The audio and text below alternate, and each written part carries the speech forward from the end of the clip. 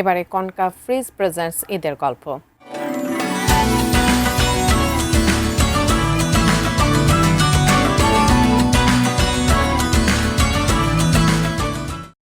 দর্শক, ঈদের আনন্দ উদযাপন এখনও চলছে, তবে কিশোরগঞ্জের হাওড়াঞ্চলের কৃষকদের ঈদ ভালো কাটেনি। এখনও তারা ধান নিয়ে ব্যস্ত সময় কাটাচ্ছেন। জেলার নিকলির মজলিশপুর এলাকা থেকে আরও জানাতে যুক্ত হচ্ছেন প্রতিনিধি শফিক আদনান। শফিক, সবার ঈদ কাটলেও কেন কৃষকদের ঈদ ভালো কাটেনি, তারা কি বলছেন, তাদের মুখ থেকে একটু জানতে চাইব। কিশোরগঞ্জের যে আমরা দেখতে পেয়েছি ঈদের সময় বিভিন্ন শ্রেণী পেশার মানুষ পরিবার এবং বন্ধু বান্ধবের সঙ্গে তারা ঈদ উদযাপন করেছে বিভিন্ন জায়গায় তারা ঘোরাঘুরি করেছে এবং এবং সেই ঈদটা কিন্তু বেশ আনন্দ ঘনই ছিল।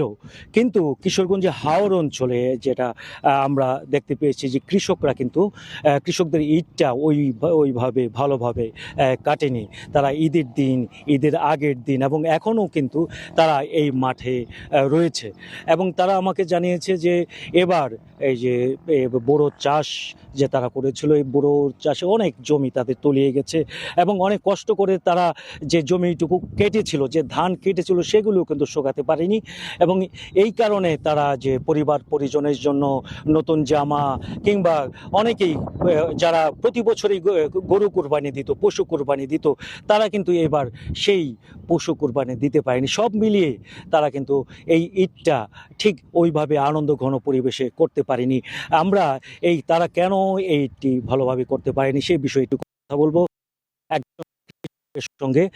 তো এবার তো আপনারা ঈদটা গেল, হ্যাঁ, ঈদটা অনেকেই আনন্দ করেছে, অনেকে কিছু আপনাদের মাঝে আমরা সেই আনন্দটা কেন দেখতে পেলাম না?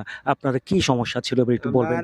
আমাদের জমি তলে উঠছে হানিতে, আমাদের জমি যাওয়া তোরাতরি কাটতে আনছি, 2200 ডেলু জমি কাটতে আনছি, আইনের সাথে ধান শুকাইতেছি না। ওখানে ধান 850 টাকা। আমরা খুব বিরাট কষ্টের মধ্যে আছি। ঈদের মধ্যে আমরা খুব কষ্ট করতেছি। ঈদের আগে আইছিলাম, ওখানে তো ঈদের মধ্যে ঈদ করতেছি না, ওখানে বর্তমানে এই ধান লই টানাটানির মধ্যে আছি। পরিবারের পোলাপানের জন্য কিছু কিনে দিতে পারেন না, পোলাপানের জন্য ওই তোরাতরি হালকা পাতলা কিছু করলাম আর কি। আর নিজেই কষ্টের মধ্যে আছি, আর পোলাপানকে কি দিব? কোরবানি? না, কোরবানি দিতে পারছি না। কেন দিতে পারেননি? এই তো জমি হিতি তলে উঠছে, কষ্টের মধ্যে আছি। জমি হিতি তলে উঠছে, কষ্টের মধ্যে আছি। আচ্ছা, এই যে উজমা, আপনি শুনলেন যে এখানকার হাওড় অঞ্চলে কৃষকরা কিন্তু এবার তাদের কাছে কোনো টাকা পয়সা ছিল না, মানে তাদের জমির যে ধান কেটেছিল সেই ধানগুলো বেচতে পারেনি, এই জন্য তারা কিন্তু ঈদটা ওইভাবে তারা পালন করতে পারেনি, ভালোভাবে পালন করতে পারেনি, কুরবানি দিতে পারেনি। এই আক্ষেপের কথাই কৃষকরা আমাকে জানিয়েছেন। তো এই ছিল আমার কাছে কিশোরগঞ্জের হাওড় অঞ্চলের কৃষকদের যে ঈদ কেন ভালোভাবে করতে পারেনি। শফিক, আপনাকে অসংখ্য ধন্যবাদ। দর্শক, এবারে আমরা একটু কক্সবাজারে যেতে চাই। মেঘাচ্ছন্ন আকাশে সমুদ্রের গর্জন এবং মৃদু হাওয়ার সংমিশ্রণ প্রকৃতিতে এক অদ্ভুত রোম্যান্টিক আবহ তৈরি করে। এই স্নিগ্ধ পরিবেশ প্রিয়জনের সাথে দারুণ মুহূর্ত কাটাতে সৈকতে ভিড় জমিয়েছেন ভ্রমণ পিপাসুরা। ঈদের সরকারি ছুটি শেষ হলেও কক্সবাজার সমুদ্র সৈকতে কমেনি পর্যটকের ভিড়। সৈকতের সুগন্ধা থেকে বিস্তারিত জানাতে এই মুহূর্তে যুক্ত হচ্ছেন কক্সবাজার প্রতিনিধি অর্পণ বড়ুয়া। আনুষ্ঠানিকভাবে ঈদের ছুটি শেষ হলো, কিন্তু পর্যটকের ভিড় কক্সবাজারে, এটুকু আমরা জানতে পেরেছি এবং একটি দুঃসংবাদ আমরা আজকে দেখতে পেরেছি যে একজনের মৃতদেহ এবং তাকে খুঁজেও পাওয়া গেছে মৃতদেহটি। সব মিলে আসলে সেখানে ট্যুরিস্ট পুলিশ এবং জনসাধারণের জন্য সতর্কতামূলক ব্যবস্থা কতটুকু আছে এবং যারা পর্যটক সেখানে রয়েছেন তারা কি বলছেন? এই মুহূর্তে কক্সবাজার সমুদ্র সৈকতে মেঘাচ্ছন্ন পরিবেশ এবং সমুদ্র এই বৈরী আবহাওয়ার মধ্যে যারা সমুদ্রে নামছেন তাদের কিন্তু অবশ্যই সতর্কতা অবলম্বন করা জরুরি। বিশেষ করে টিউব নিয়ে যে সকল পর্যটকরা সমুদ্রে নামেন তারা সমুদ্রে ভাসতে ভাসতে কোনো এক সময় আসলে টিউব থেকে যদি পড়ে যান তাহলে বিপদ।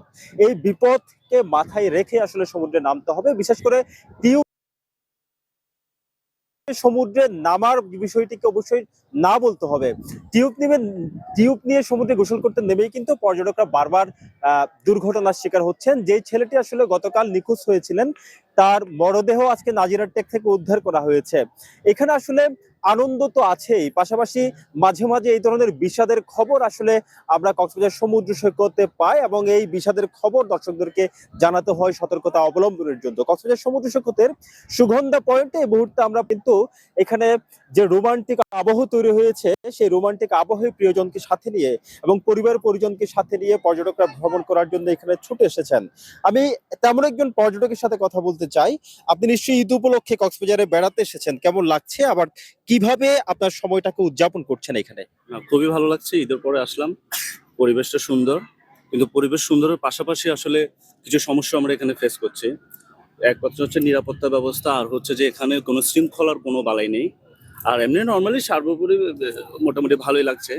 আর বাকিটা হচ্ছে এখানে যদি আমাদের একটা নিরাপত্তার জন্য একটা সিকিউরিটি ব্যাপার থাকতো তাহলে এই জিনিসটা আরো সুন্দর হতো। সর্বোপরি মোটামুটি ভালোই লাগছে। অনেক ধন্যবাদ। পর্যটক আসলে কথা বলছিলেন। এই যে আমি এই মুহূর্তে ঠিক যে জায়গায় দাঁড়িয়ে আছি সুগন্ধা পয়েন্ট থেকে যে ছাতা চেয়ারগুলো দেখা যাচ্ছে, ছাতা চেয়ারগুলোর পরে কিন্তু যে ঝুপড়িগুলো দেখা যাচ্ছে, এগুলো কিছুদিন আগেই স্বরাষ্ট্রমন্ত্রীর নির্দেশে উচ্ছেদ করা হয়েছিল এবং গত কিছুদিন ধরেই কিন্তু একেবারে ঈদের আগে এবং পরে 450 শতাধিক ঝুপড়ি দোকান বসিয়ে ফেলা হয়েছে স্বরাষ্ট্রমন্ত্রীর নির্দেশনা করে। যার কারণে এখানে আবারও নতুন করে বিশৃঙ্খলা তৈরি হয়েছে এবং বালিয়াড়ি দখল করার যে মহোৎসব, এটি কিন্তু কক্সবাজার সমুদ্র সৈকতে চলছে। অর্থাৎ বলা যায় পর্যটকের কথা সূত্র ধরেই কিন্তু আমি বলছি যে এখানে বিশৃঙ্খলা আছে এবং নিরাপত্তার ঘাটতি আছে বলে তিনি অভিযোগ করছিলেন। কক্সবাজার সমুদ্র সৈকতের সুগন্ধা, লাবণী সহ নানান পয়েন্টে আমরা হাজারো পর্যটকের আমরা এই মুহূর্তে ভিড় দেখতে পাচ্ছি। কক্সবাজার সমুদ্র সৈকত থেকে এটুকু ছিল এখানকার সবশেষ। উৎমা, আপনাকে অসংখ্য ধন্যবাদ। আমরাও চাইবো পর্যটকদের আনন্দ যেন দুঃখে পরিণত না হয়।